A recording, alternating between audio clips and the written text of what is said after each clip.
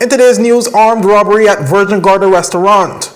Royal Virgin Islands Police Force urges public to get tested amid rise. Premier to address UN Decolonization Committee. CATS expands with Advanced Sea Skills Program. And SEAGRAPE trees replanted at Long Bay Beach. Viewers, these and more stories when 284 News return. At Higher BVI, we're not just about business. We're about empowering lives, and that is because we aspire to inspire. By choosing us, you're supporting a company that believes in equal opportunities, diversity, and community growth. Our mission goes beyond profit. It's about providing HR solutions, fostering talent, and leaving a positive impact. Join us in building a better future, a better BVI. Choose Higher BVI, where your support isn't just a transaction, it's a transformation. Together, we're changing lives in these beautiful Virgin Islands.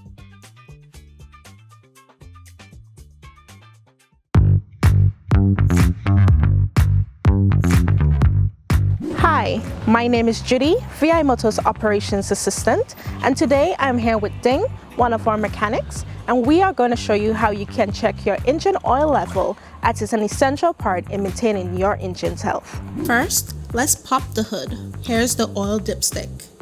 We'll pull it out, wipe it clean with a cloth, reinsert it, and pull it out again to get an accurate oil level reading. As you can see, the oil level should be between the minimum and maximum markers on the dipstick.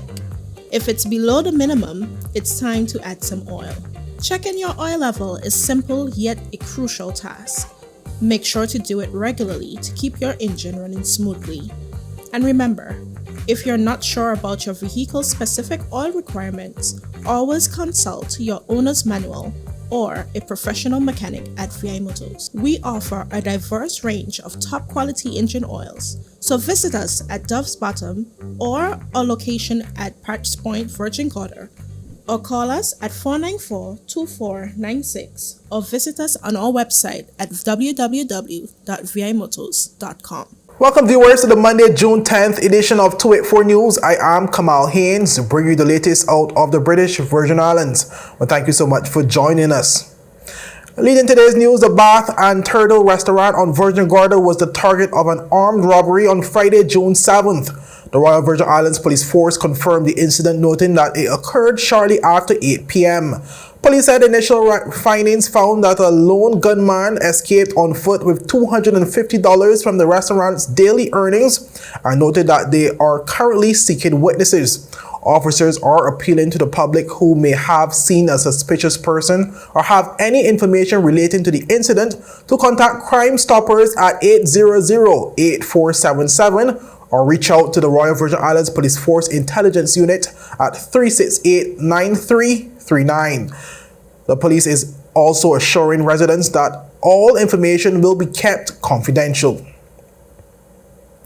In response to a recent advisory from the Ministry of Health regarding an increase in HIV and sexually transmitted infections in the territory, the Royal Virgin Islands Police Force is urging residents to get tested. A press release from the Royal Virgin Islands Police Force's Family and Juvenile Unit expressed strong support for the ministry's concerns about the alarming rise in infection rates. The unit highlighted the particular vulnerability of children and young adults to these health risks. Well, they said, and I quote, "We would also wish to add that given the steady increase in these numbers, children and young adults as a particularly vulnerable group may be exposed to the associated risk. The Royal Virgin Islands Police Force therefore urges parents to augment their supervision of their children and where necessary get them tested," end quote. But the police also issued a stern reminder about the legal implications of engaging in unprotected sexual activity without disclosing one's positive HIV status. It is a criminal offense for infected persons who are aware of their status to continue to participate in unprotected sexual activity without informing their partner, the statement emphasized. The Royal Virgin Islands Police Force further explained that this behavior is punishable under Section 325 of the Criminal Code, revised edition of 2013, which stipulates a maximum prison sentence of up to 14 years for those found guilty.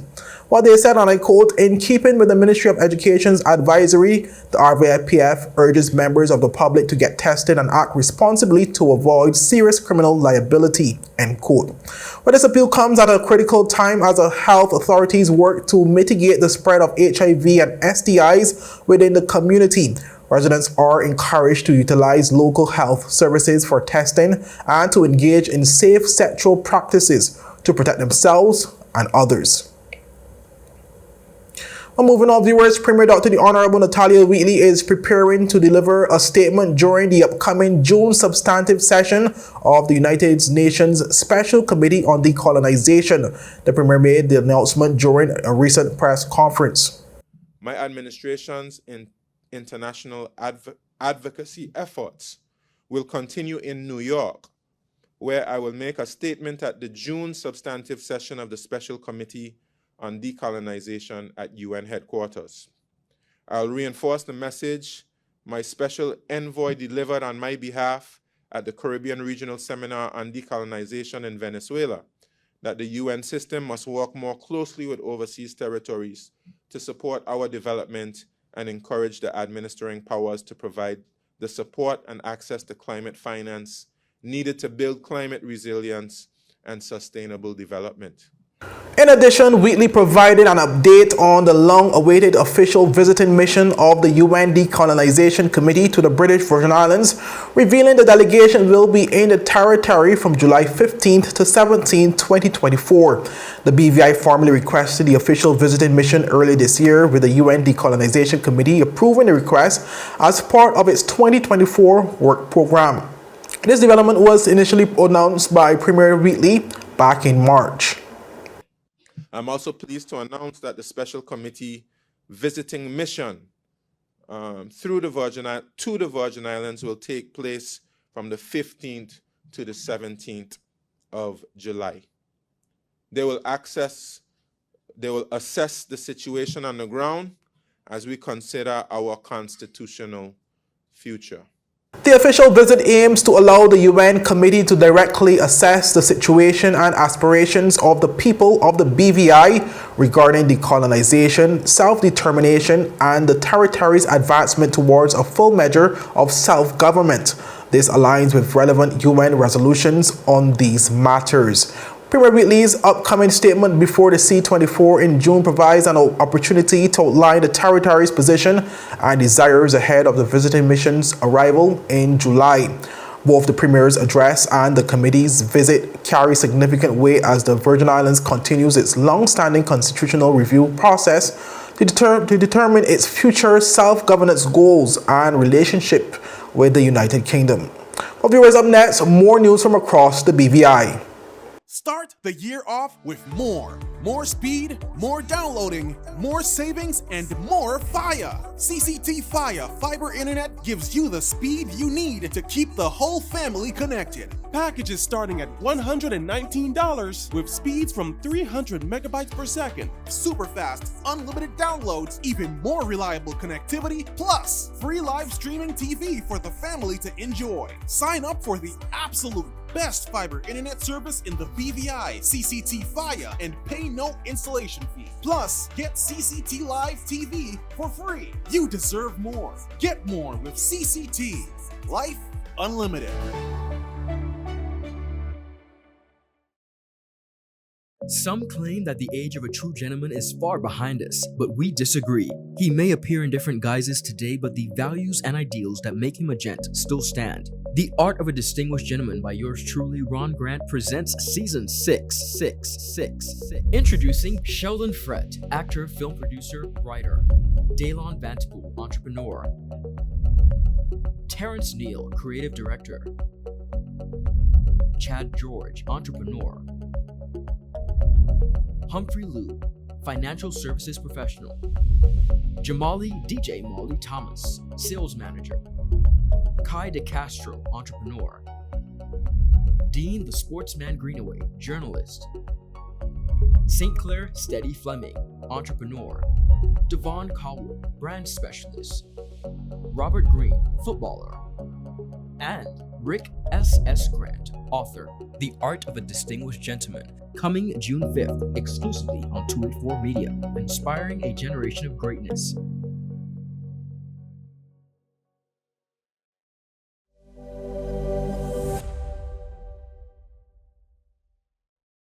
Welcome back, viewers.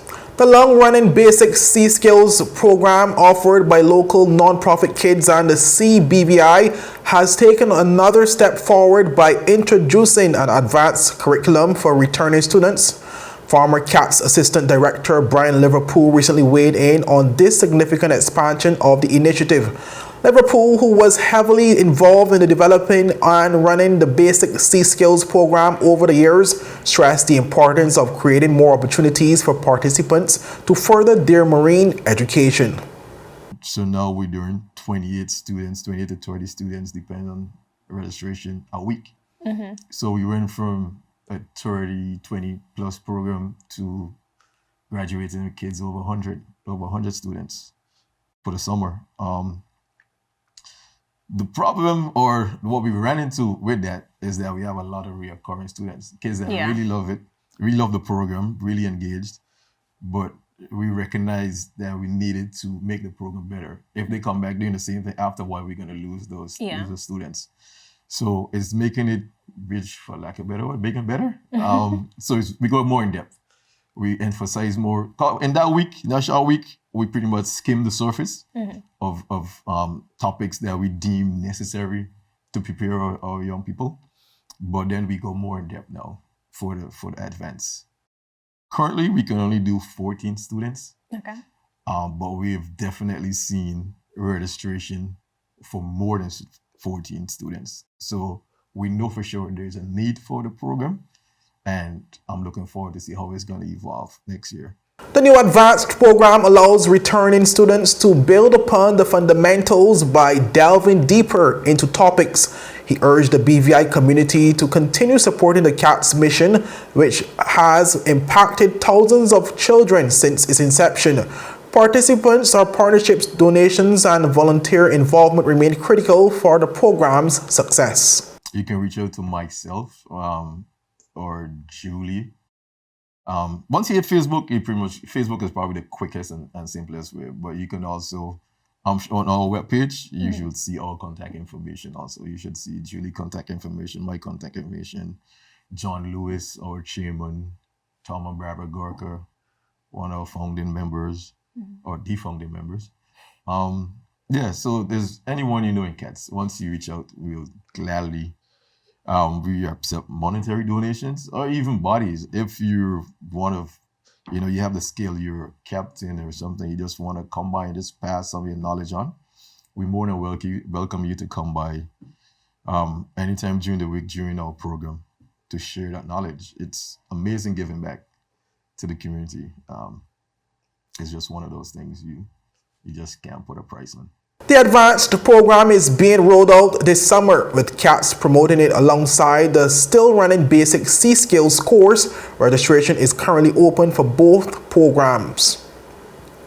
In an effort to restore the natural environment and protect the shorelines, the government of the Virgin Islands and Unite BVI Foundation are replanting 100 SEAGRAPE trees along Long Bay Beach on Beef Island, June 8th, 2024. That was over the weekend, where the SEAGRAPE tree replanting event is part of Operation Restoration, an initiative aimed at reviving coastal areas impacted by erosion and human activity.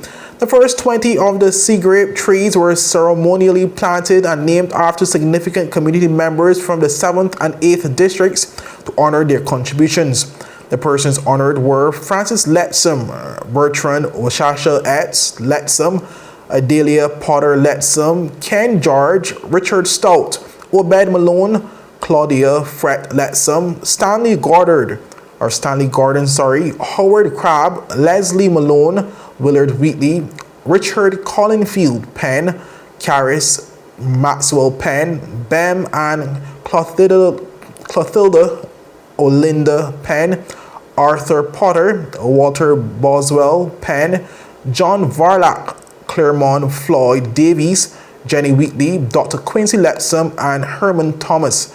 Premier and Minister of the Environment, Dr. the Honorable Natalia Wheatley, along with 8th District Representative Honorable Marlon Penn, kicked off the planting portion of the event. In a brief ceremony that day, Penn reflected on the responsibility of the community to take such measures to preserve the natural beauty of the territory.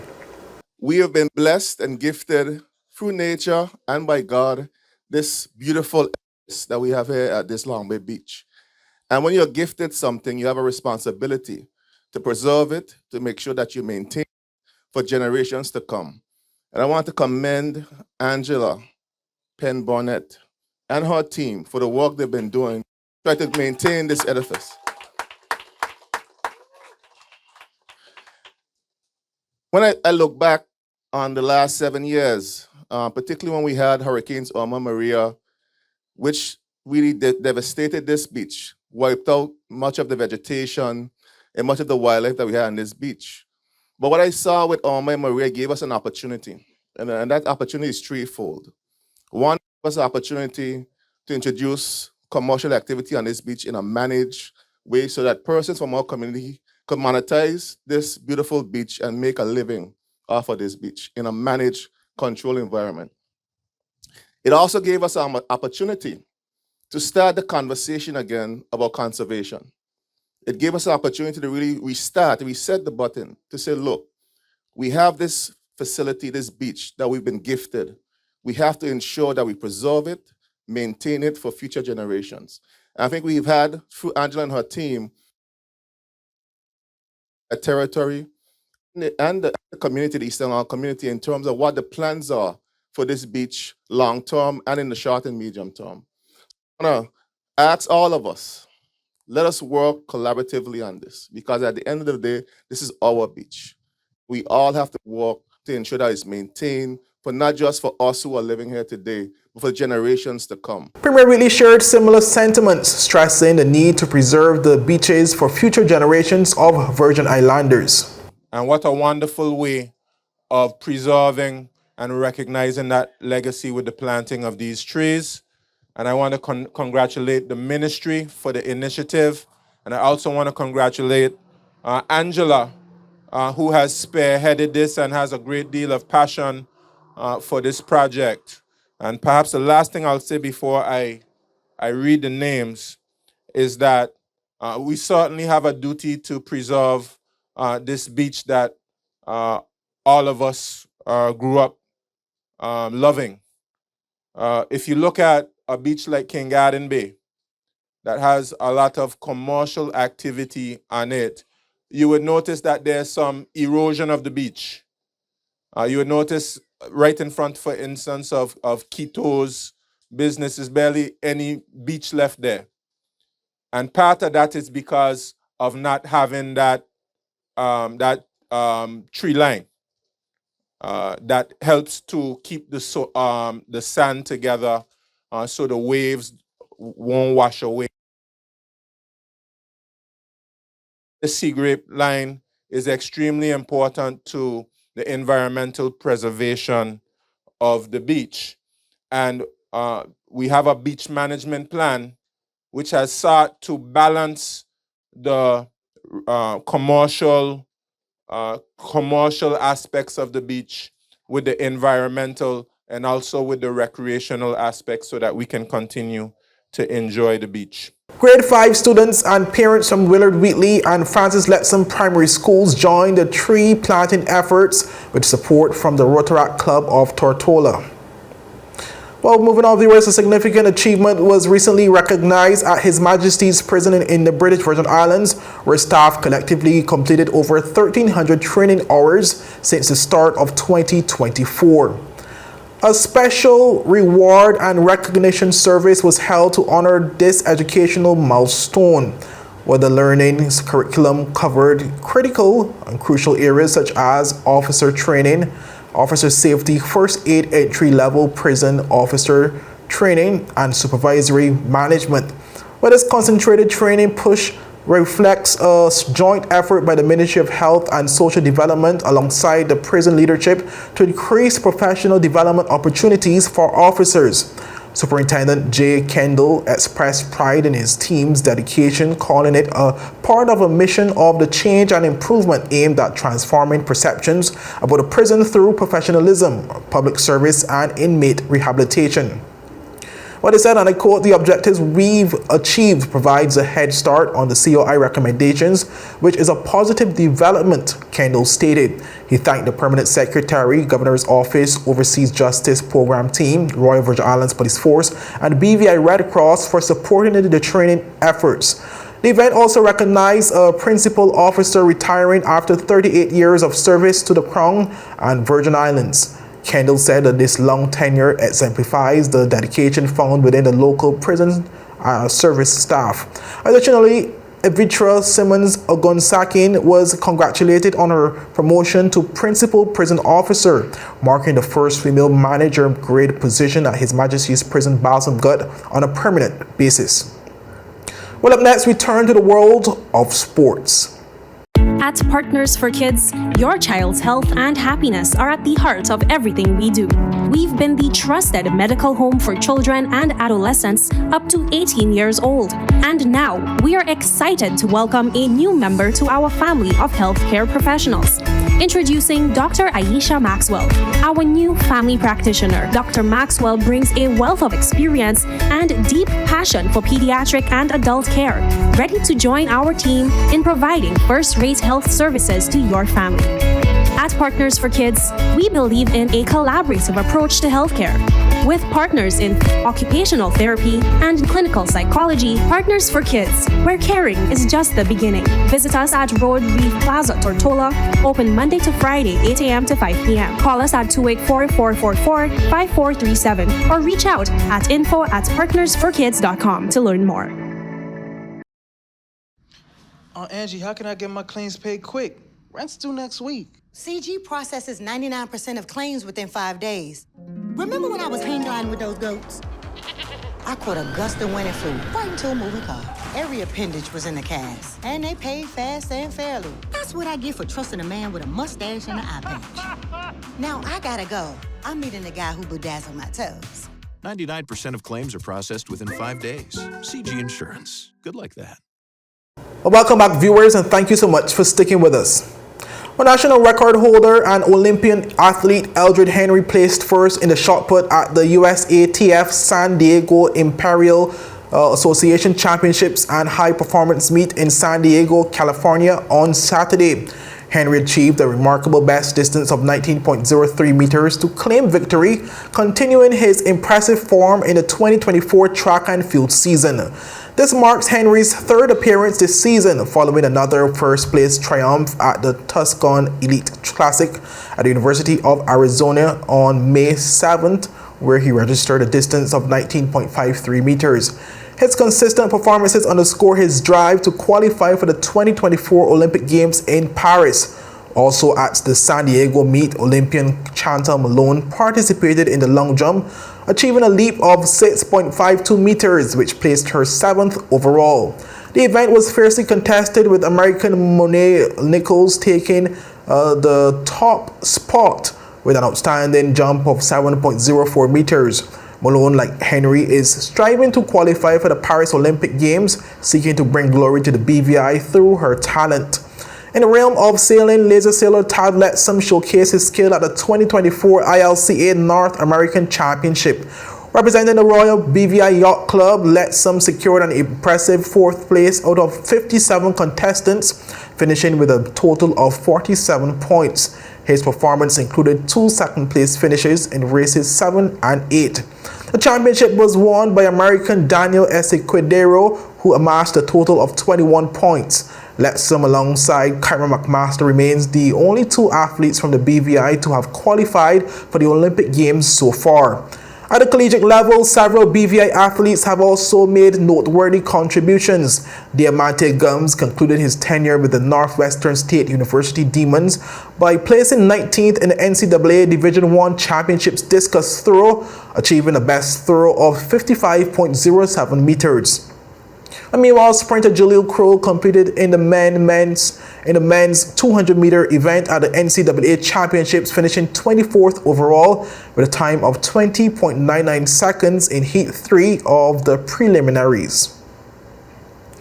Our viewers, the British Virgin Islands men's senior football team suffered a 3-0 defeat against Guatemala in the first game of the second round of the FIFA World Cup qualifiers on Saturday. Playing at the A.O. Shirley Recreation Ground, the BVI team was outclassed by the highly ranked Guatemalan side. From the onset, Guatemala dominated the match, recording 28 shots compared to the BVI's 5, with 10 of those on target. The first breakthrough for the visitors came in the 23rd minute when Oscar Castellanos, who plays for the Ligue Nacional Club Antigua, fired a powerful strike past BVI goalkeeper Frankie Beckles. But despite being 1-0 down, the BVI side managed to create a few opportunities, but none were converted into goals. The situation worsened for the hosts just before halftime. In the 4th minute of added time, Rubio Mendez, a Major League Soccer professional footballer, extended Guatemala's lead, leading the BVI trailing 2-0 at the break. But in the second half, Guatemala continued to press their advantage. A yellow card issued to Jaden Abrams for a handball in the 18-yard box granted the visitors a penalty. Guatemalan captain Jose Pinto, another professional player, made no mistake from the spot, sealing a 3-0 victory for his team. After the game, Tuit Media caught up with the head coach of the BVI team, Chris Kiwomia, who provided an assessment of the match. Despite the loss, he said he was pleased with the team's overall performance against the 9th-ranked Guatemala side. We're a far superior team. We're number 9 in CONCACAF. And we're 39, but I think the ball, the players battle so hard out there today. It's so difficult against a good team on the pitch. And I think the most disappointing thing, for all the chances they created, the goals they scored were our fault. We were at fault for that. So we could have really stopped the goals. And the time the goals came out really hurt us. I don't know whether it was a penalty or not. I'd like to see that again.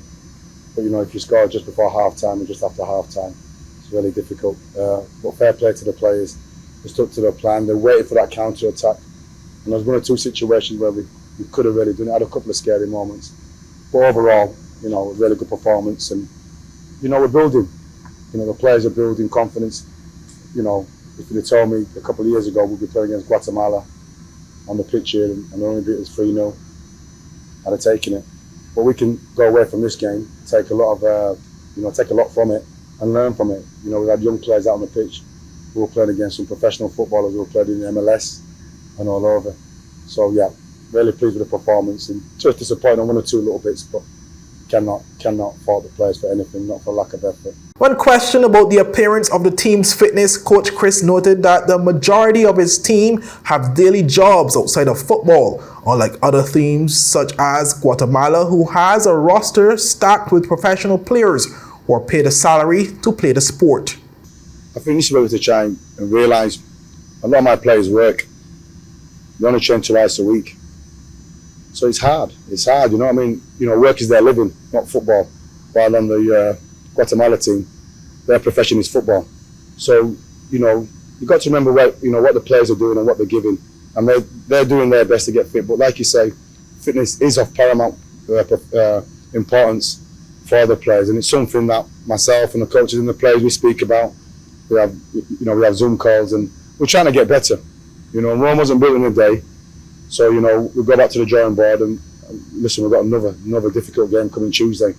But something, when you're successful, when you win games like we've won and you qualify, you're now going up into the higher echelons of football. Guatemala are playing Argentina next week. So, compare that, they're playing us 1 week and then they're playing Argentina going up against, Messi and the players like that. So, put into perspective what we've done today. And I think give the boys a lot of praise and a big pat on the back because they've done excellent. Coach Chris also credited some of the players for their role played throughout the 90-plus minutes of play. He's doing his job. He's saving shots, and that's why we've got him in goal. That's why he's our goalkeeper. The defence, they did a lot of blocking and tackling to stop goals going in, and he was outstanding today. But there was a lot of other performances out there as well. And when you play against these teams, and this is what you need to realise, everybody has to play a part. Everybody has to play their part, from the centre forward to the left wing back, to the right wing back, to the centre midfielders. You know, Tosh and Jerry, these guys covering the distance, Troy making last-ditch tackles and headers, and the goalkeeper doing his job as well. So, you know, yeah, he was outstanding, and yeah, he made some excellent saves, but so did all the team. Everybody was outstanding for me, so I wouldn't be able to just to say the goalkeeper, you know, he did his job and he did a really good job, and we like him as a goalkeeper. He's a good lad. Well, viewers, the victory is Guatemala's second in the round after they defeated Dominica 6-0. At present, Guatemala leads the group with 6 points from 2 wins, followed by Jamaica in second on 3 points from 1 win. The BVI sits at fourth only by goal difference, with the Dominican Republic in third following a 1-0 loss against Jamaica. The BVI team, looking to rebound from their defeat, will face the Dominican Republic in their Group E match of the World Cup qualifiers tomorrow, Tuesday, June 11th. Well, viewers, that's it for today's news roundup. Be sure to follow us for daily news updates at 284media.com and on our WhatsApp channel, as well as to like us on Facebook at 284media and 284BVI on Instagram and X, formerly Twitter. I'm Kamal Haynes, and I'll see you again tomorrow. Have a safe and enjoyable evening. Bye-bye.